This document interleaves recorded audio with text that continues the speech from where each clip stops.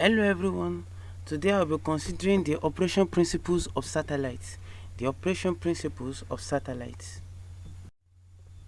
Satellites operate based on several key principles that enable them to orbit the Earth and perform various functions.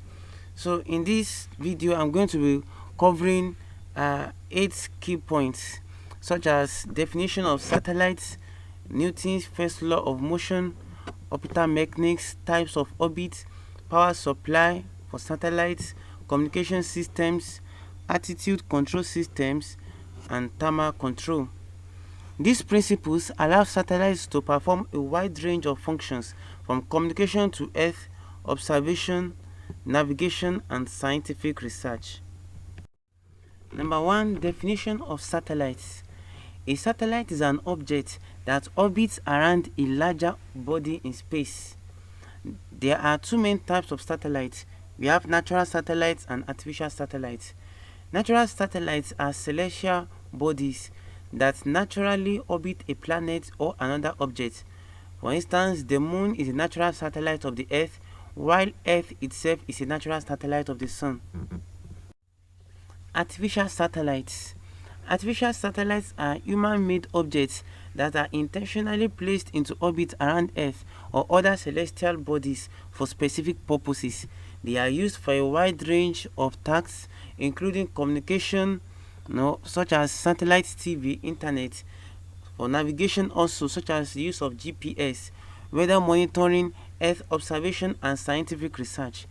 Artificial satellites are launched into space using rockets and are equipped with communication systems, power sources, often solar panels, and other specialized instruments to perform their missions. They are equipped with specialized instruments to perform their missions. We can't proceed further without talking about Newton's first law of motion. Newton's first law of motion states that an object in motion will remain in motion at a constant velocity unless acted upon by an external force. This principle plays a key role in the behavior of satellites in orbit. When a satellite is launched into space and reaches a specific velocity, it remains in continuous motion due to inertia. In the vacuum of space, where there is almost no air resistance or friction, a satellite will continue moving at the same speed and direction unless influenced by forces like gravity or atmospheric drag.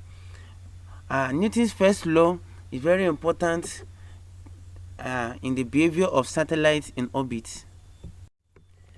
In orbit, Earth's gravitational force acts as the external force pulling the satellite towards the planet. However, because of the satellite's forward velocity, it constantly falls towards Earth but never collides with it. This creates a stable orbit with the satellite continuously moving around the Earth following the curved path of its orbit. Without Newton's first law, a satellite would not maintain its orbit. Instead, it would either stop moving if no force acted on it or fall directly towards the Earth. This law explains why satellites continue their orbital motion without the need for additional propulsion as long as no external force significantly alters their velocity. It explains why a satellite will maintain its orbit. Next, let's quickly look at orbital mechanics. Orbital mechanics refer to the principles governing the motion of satellites and other objects as they travel around a celestial body like Earth. These principles are derived from Newton's law of motion and Kepler's law of planetary motion, and they help determine a satellite's orbit, speed, and trajectory. Let's have a view on how orbital mechanics apply to satellites. First is centripetal force and gravity. A satellite remains in orbit due to the balance between its inertial motion, forward velocity, and the gravitational force exerted by the Earth.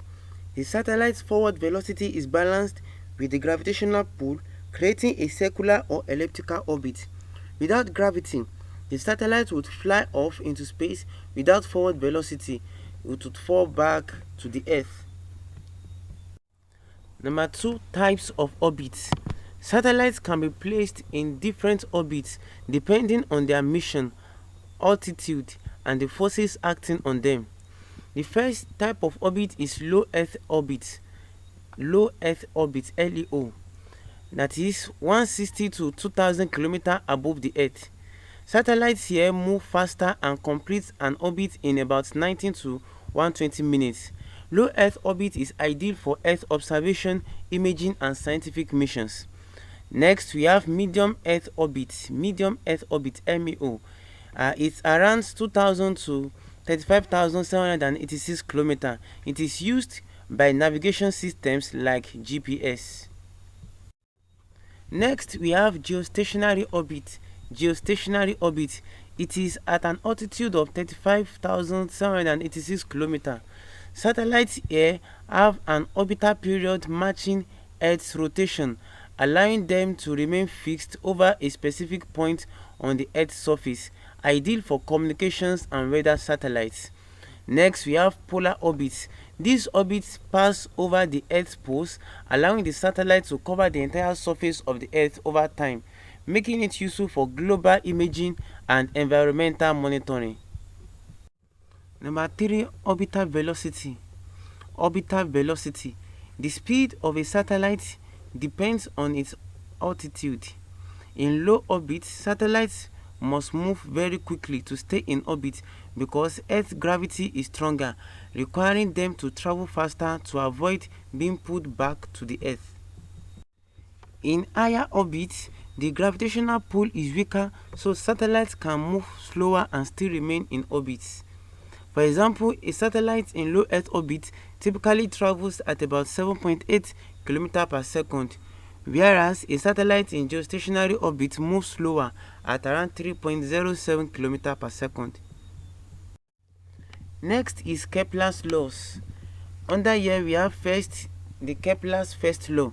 Satellites travel in elliptical orbits with the Earth at one focus. Some satellites have more circular orbits depending on their intended use. And Kepler's second law, a satellite sweeps out equal areas in equal times. This means it moves faster when it is closer to the Earth and slower when it is farther away, explaining variations in speed in elliptical orbits. And lastly, Kepler's third law. The square of a satellite's orbital period is proportional to the cube of the semi-major axis of its orbit. This law helps predict how long a satellite will take to complete one orbit based on its distance from the Earth. Other key points under orbital mechanics are escape velocity and orbital decay. If a satellite or any object exceeds a certain speed, known as escape velocity, it will break free from Earth's gravitational pull and travel into the space. For Earth, this velocity is about 11.2 km per second. And what is orbital decay? Satellites in low Earth orbit experience drag from the thin atmosphere, which gradually slows them down and causes them to lose altitude. Over time, this drag leads to orbital decay, eventually causing the satellite to re-enter the atmosphere and burn up or crash back to Earth. We also have maneuvers and adjustments. Orbital transfers such as unmanned transfers and other maneuvers allow satellites to change orbits by using thrusters or gravitational assist. Station-keeping maneuvers are performed to correct small drift in the satellite's position, especially in geostationary orbit where satellites need to stay fixed over a particular point.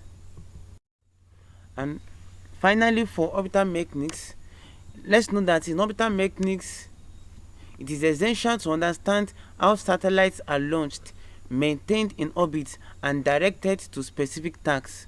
This principle ensures that satellites can remain in space for years, providing services like communications, navigation, and Earth observation.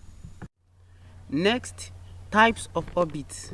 Satellites can be placed in various types of orbits based on their mission objectives, altitude, and specific operational requirements. Here are the main types of satellite orbits. We have first the low Earth orbit, and the altitude range is from 160 to 2000 kilometers above the Earth's surface. What are the characteristics of low Earth orbit? Satellites in low Earth orbit have shorter orbital periods, typically completing an orbit in about 90 to 120 minutes.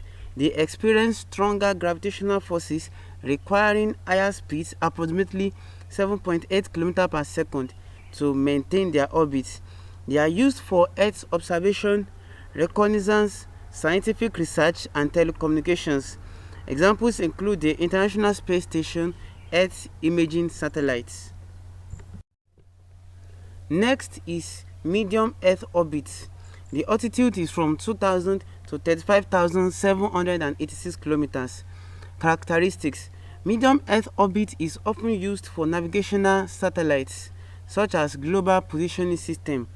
Orbital periods here can vary but are typically around 2 to 12 hours. Satellites in these orbits have a balance of coverage and signal strength, making them effective for navigation applications. Number 3, geostationary orbit. Altitude approximately 3,786 kilometers above the Earth's equator.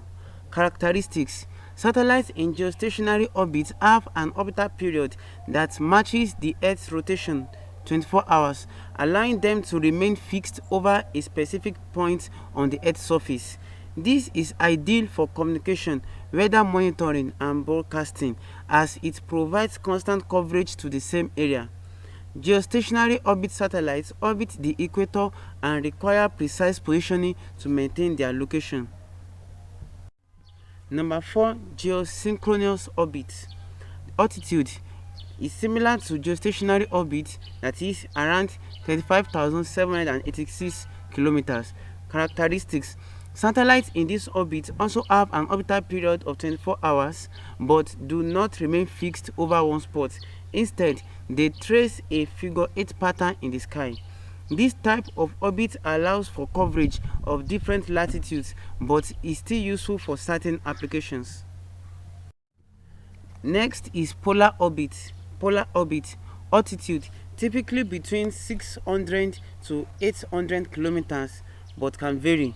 Characteristics: satellites in polar orbit pass over the Earth's poles, allowing them to cover the entire surface of the Earth over time as the planets rotate beneath them. They are used for Earth observation, mapping, and environmental monitoring, as they provide global coverage. They generally have an orbital period of about 90 to 120 minutes. Number 6, sun-synchronous orbit. Altitude is typically between 600 to 800 kilometers.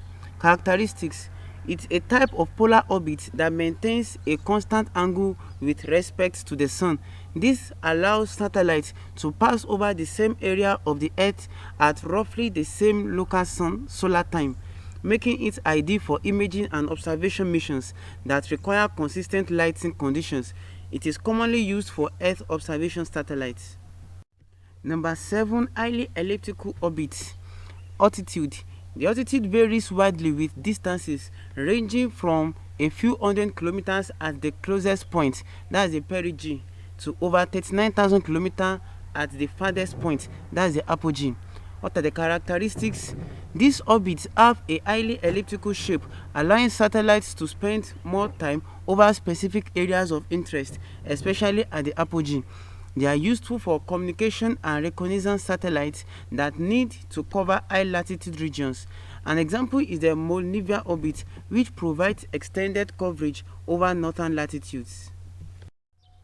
In conclusion, the choice of orbit depends on the satellite's mission and the specific requirements of its applications. Each orbit offers unique advantages and challenges, influencing the satellite's design, launch, and operational strategies. Now, let's consider the power supply. The power supply of satellites is crucial for their operation, as it powers onboard systems, instruments, and communication equipment. Here are the primary sources of power for satellites. The first source of power supply is the solar power. Most satellites utilize solar panels, which convert sunlight into electricity. These panels are usually made of photovoltaic cells that capture sunlight and convert it into electrical energy. Solar power is favored for its reliability and sustainability in space.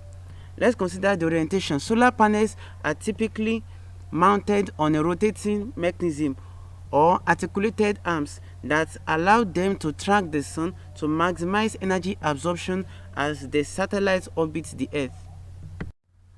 Efficiency. Solar panel efficiency is vital for power generation. Advancements in solar technology have led to higher efficiency rates.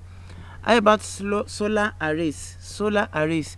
Many satellites are equipped with large solar arrays that can extend several meters, providing ample surface area to capture sunlight. The energy generated is used to power all satellite systems. The second source of power supply is batteries. Rechargeable batteries. Satellites are equipped with batteries to store excess energy generated by solar panels. These batteries provide power when the satellite is in the Earth's shadow and cannot receive direct sunlight. What's the chemistry behind this? Common types of batteries used in satellites include nickel, hydrogen, and lithium-ion batteries. Nickel hydrogen batteries are robust and have a long life cycle, while lithium-ion batteries offer higher energy density and lower weight. Also, backup power.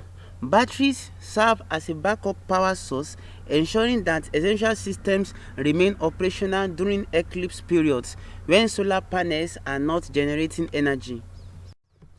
The third is nuclear power. Radioisotope thermoelectric generators. There are some deep space missions and satellites that operate far from the sun, and they use RTGs, that is radioisotope thermoelectric generators, which convert heat released from the decay of radioactive isotopes, commonly plutonium-238, into electricity. And as for the longevity of this, RTGs can provide a continuous power supply for many years, making them suitable for missions to distant planets and deep space exploration.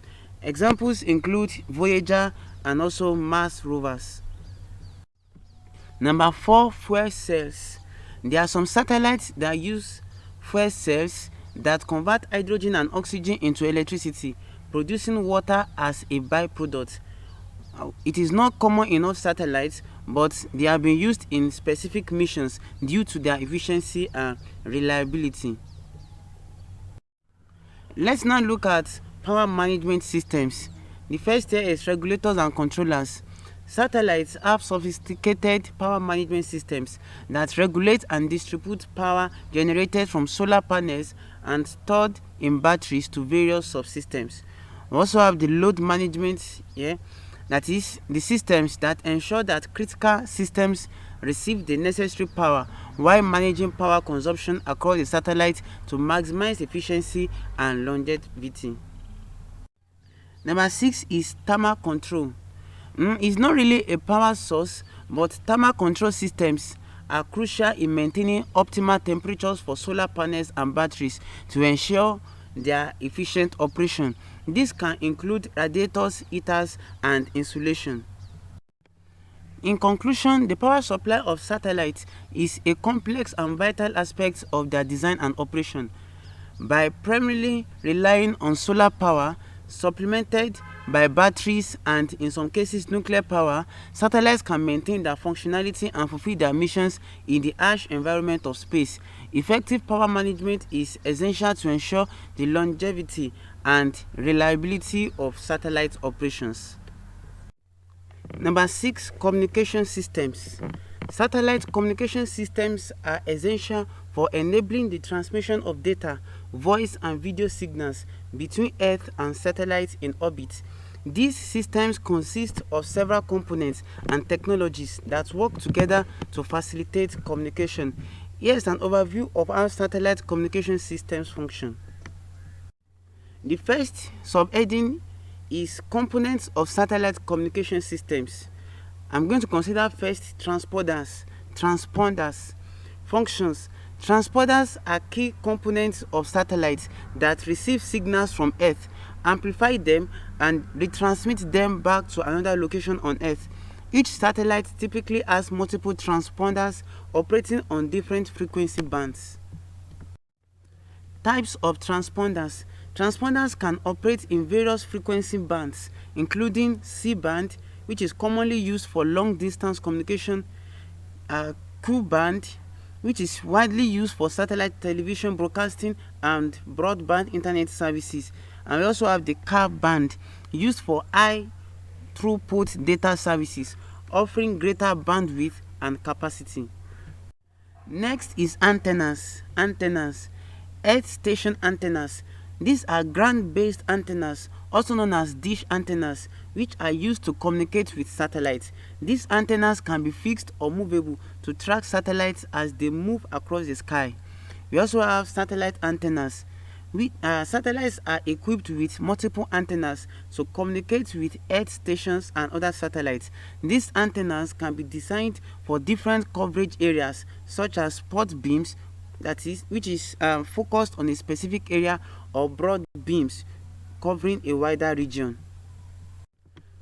The third is ground stations. Ground stations are facilities equipped with antennas and communication equipment to send and receive signals to and from satellites. They serve as the interface between the satellite network and end users. Ground stations can be control stations which monitor satellite health and status, send commands and manage operations. It can also be user terminals, which provide access to satellite services for consumers, businesses, and other users. Number 2, types of satellite communication.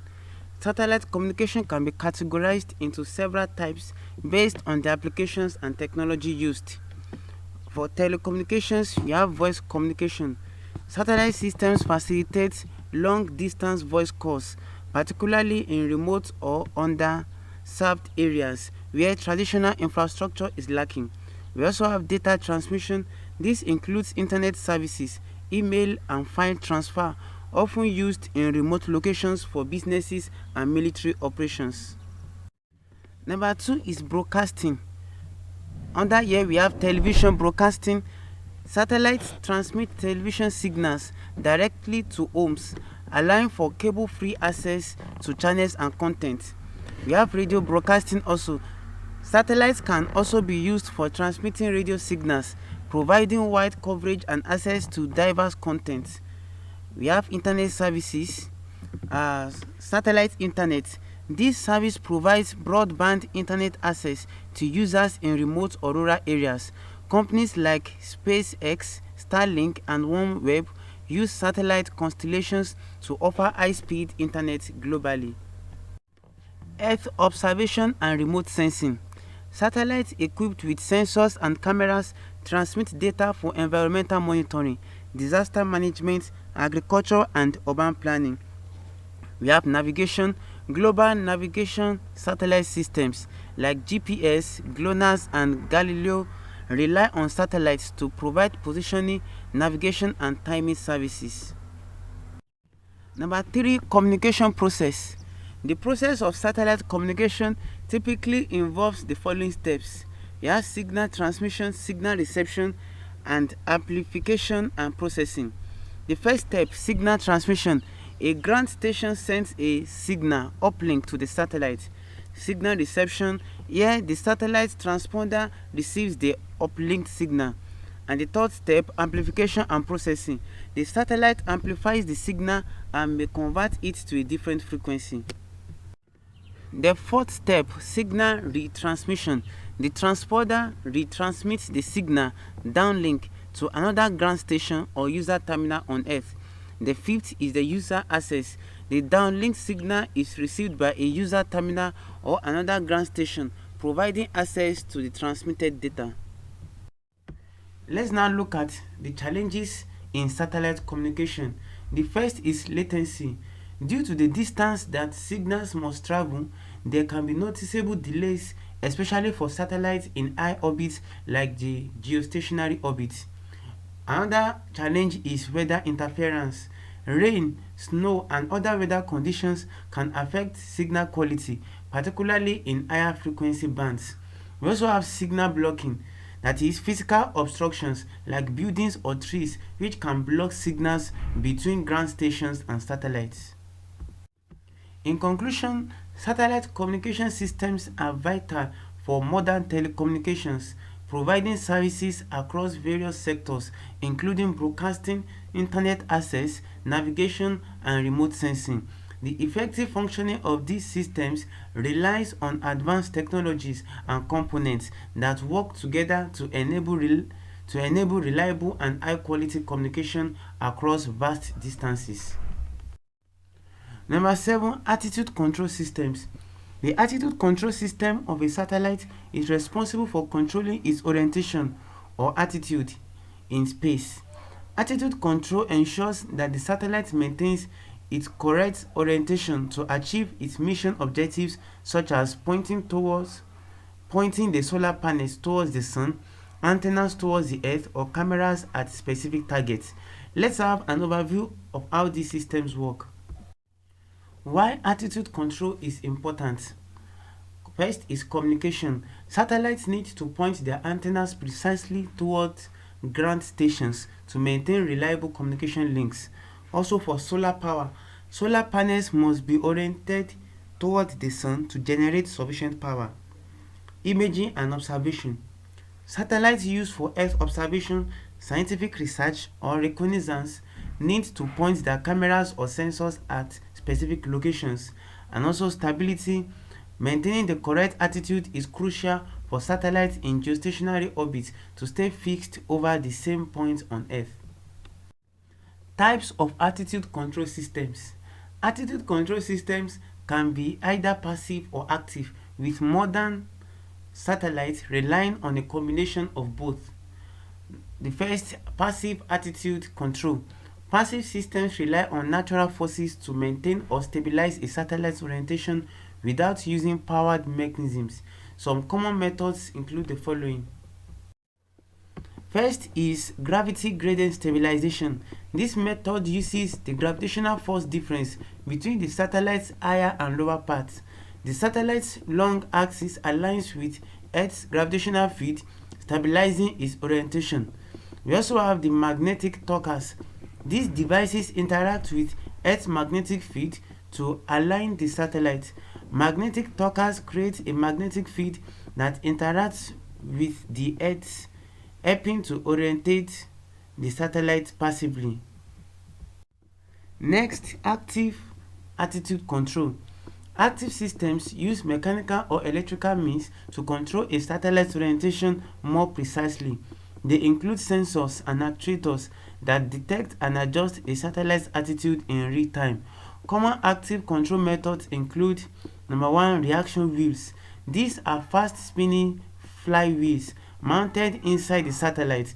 By changing the spin rate of these wheels, the satellite can rotate in the opposite direction due to the conservation of angular momentum. This allows for fine adjustment in attitude without expending fuel. Control moment gyroscopes. This is similar to reaction wheels, but it is designed for larger torque. Control moment gyroscopes can change the satellite's attitude by tilting spinning wheels. This method is efficient for large satellites or those requiring rapid changes in orientation. Thrusters. These are small rocket engines or reaction control systems which are used to adjust the satellite's orientation by expelling small amounts of propellant. Thrusters provide powerful but less precise control. It's often used in combination with reaction wheels or during larger attitude adjustments. We also have magnetic torquers. This is active. Magnetic torquers can also be used actively to control the satellite's orientation by generating a torque against the Earth's magnetic field. Attitude sensors. Attitude control systems rely on sensors to measure the satellite's orientation relative to the Earth, Sun, or stars. These sensors provide data to the satellite's control system, which then adjusts its orientation if needed. Let's have some examples of sensors.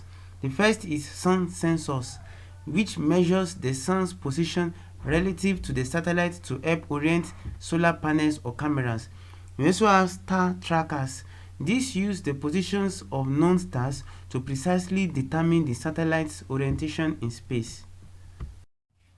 Gyroscopes. They measure changes in the satellite's orientation, that is the angular velocity. Gyroscopes are often used in combination with other sensors to provide accurate altitude data. We also have Earth horizon sensors, which detects the edge of the Earth's atmosphere to determine the satellite's position relative to Earth. Number 4, altitude control challenges. The first here is space environment. Satellites usually experience environmental forces such as solar radiation pressure, atmospheric drag in low Earth orbit, and gravitational perturbations, which can affect their altitude. We also have fuel efficiency. Satellites using thrusters for altitude control need to manage fuel efficiently, as fuel is a limited resource and determines the satellite's operational lifespan. Next is precision. For missions requiring high accurate pointing, such as Earth observation astronomy, maintaining precise altitude control is essential. Number 5, examples of altitude control in different missions. First here is communication satellites. Geostationary satellites use altitude control to stay pointed towards a fixed point on Earth, ensuring continuous communication. We also have Earth observation satellites. These satellites need to constantly adjust their orientation to point cameras or sensors at specific locations, specific regions of Earth as they move in low Earth orbit. Scientific satellites. Space telescopes and other scientific missions require higher precision pointing control to target distant stars or planets and maintain stable observation for extended periods. As I wrap up this point, altitude control systems are vital for ensuring satellites can perform their mission tasks, from maintaining communication links to collecting scientific data. Through a combination of sensors and actuators like reaction wheels, thrusters, and gyroscopes, satellites are able to maintain and adjust their orientation in the challenging environment of space. Number 8, thermal control. The thermal control system of a satellite is crucial for maintaining its components within a safe and optimal temperature range during its operation in space.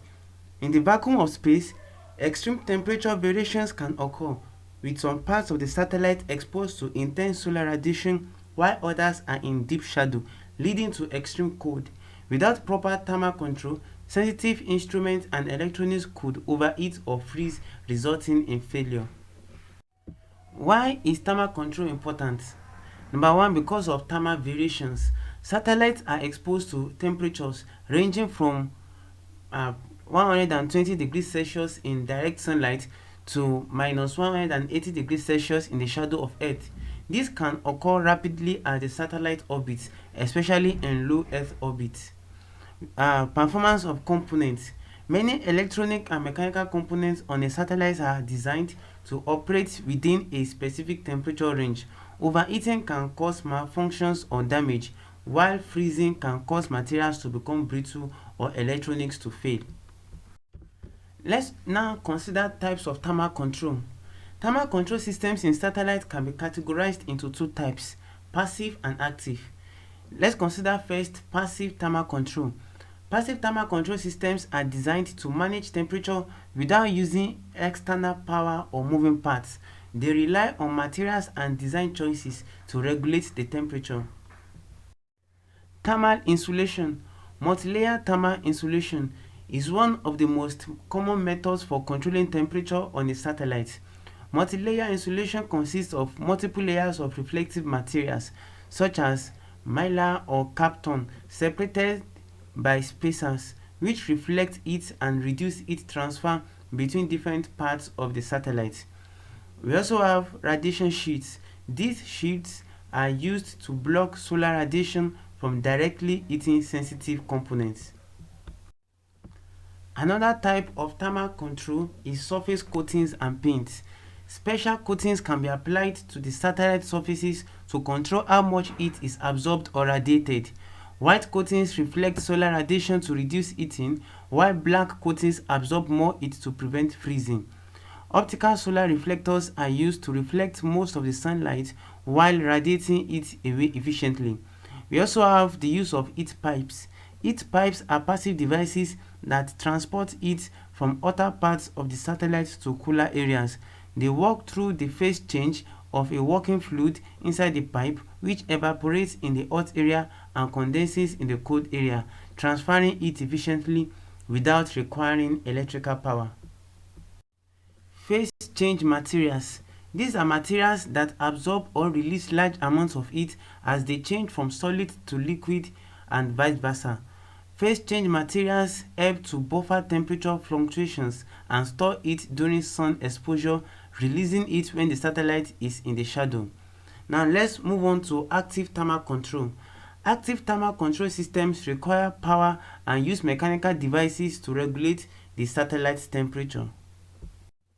Radiators. Radiators are designed to emit excess heat into space. Heat generated by the satellite's electronics is transferred to the radiators via heat pipes or other methods, where it is radiated away as infrared energy. The radiators are positioned in such a way that they do not face the sun, preventing them from absorbing solar radiation. Next is heaters, which could be electrical heaters. Electrical heaters are used to warm components that would otherwise get too cold, especially during eclipse periods when the satellite is not exposed to sunlight. These heaters are typically controlled by thermostats or a central thermal control system. We also have resistive heaters. Some satellites use resistive heating elements to prevent freezing in critical components such as batteries or fuel tanks, which must be kept within a certain temperature range. Louvers. Louvers are mechanical devices that open or close to control the amount of heat radiated away from the satellite. When the satellite gets too hot, the louvers open to allow it to escape, and when it gets too cold, they close to retain heat. We also have pumped fluid loops. For larger satellites with more complex thermal needs, pumped fluid loops are used to transport heat from hot areas to radiators. A fluid is circulated through the system, absorbing heat from high temperature areas and dissipating it through radiators. Let's now consider thermal control challenges. Thermal control challenges. The first is the vacuum of space. In space, there is no air to conduct or convect heat, leaving radiation as the primary method for heat transfer. This requires careful design to ensure heat can be radiated away from the satellite effectively. Next, we have solar radiation. Direct exposure to the sun can heat up surfaces to very high temperatures. Solar panels, for instance, can become extremely hot while still needing to operate efficiently. Next is shadow periods. Satellites in orbit often pass in and out of Earth's shadow. During these periods, the satellite may quickly cool down. So, thermal control systems need to handle rapid temperature fluctuations. Another challenge is orbital environment. The thermal environment changes depending on the satellite's orbit, such as low Earth orbit, geostationary orbit. Satellites in low Earth orbit, for instance, experience fast transitions between sunlight and shadow, requiring more dynamic thermal management. Let's have a look at some examples of thermal control in specific missions. First is communication satellites. Geostationary communication satellites experience constant sunlight, so their thermal control systems must manage the heat generated by both solar radiation and the satellite's electronics. Next is Earth observation satellites. These satellites, which orbit in low Earth orbit, face extreme temperature variations due to their frequent transitions between sunlight and Earth's shadow. Passive and active systems work together to ensure the sensitive imaging equipment functions correctly. Deep space missions. Deep space missions. In missions far from the sun, such as Voyager, Mars rovers, the lack of significant solar radiation means more reliance on internal heating systems such as radioisotope thermoelectric generators and less emphasis on radiators for cooling. Thermal modeling and testing. Thermal modeling and testing. The use of thermal simulations. Before launch, engineers use thermal models to simulate how a satellite will behave in space. These models help predict how heat will flow through the satellite and what temperatures critical components will experience. We also have thermal vacuum testing. Satellites undergo extensive thermal vacuum tests on the ground to ensure they will operate correctly in the vacuum of space. These tests replicate the temperature extremes and lack of air in space. In conclusion, the thermal control system of a satellite is a vital part of ensuring the satellite's long-term operation and performance. By using a combination of passive and active techniques, satellites are able to regulate their temperatures, ensuring that all systems function efficiently regardless of the harsh and variable thermal environment in space. Thank you very much for watching. That will be all for now.